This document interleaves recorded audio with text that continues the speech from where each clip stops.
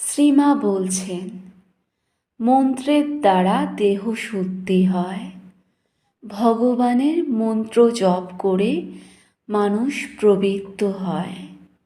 অনন্ত দেহ শুদ্ধির জন্যেও মন্ত্র দরকার।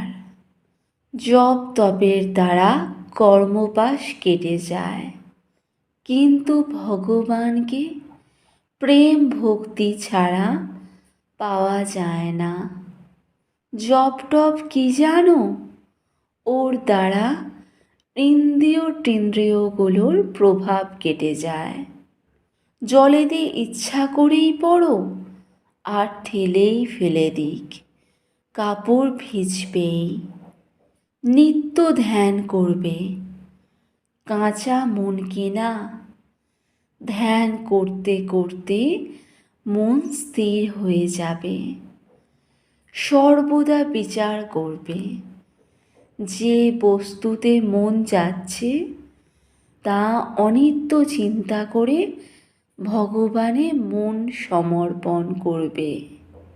একটি লোক মাছ ধরছিল, পাশে বাজনা বাজিয়ে বর যাচ্ছে, কিন্তু তার ফাতনার দিকেই দৃষ্টি। ঠাকুর ও আমাকে অভেদভাবে দেখবে, আর যখন যেভাবে দর্শন পাবে সেইভাবেই ধ্যান স্তুতি করবে। ধ্যান হয়ে গেলেই পূজা শেষ হলো।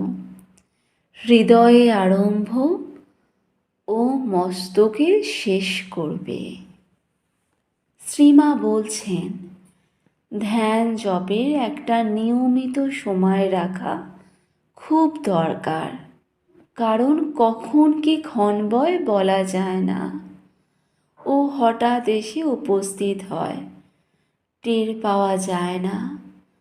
সেই জন্য যতই গোলমাল হোক, নিয়ম রাখা খুব দরকার।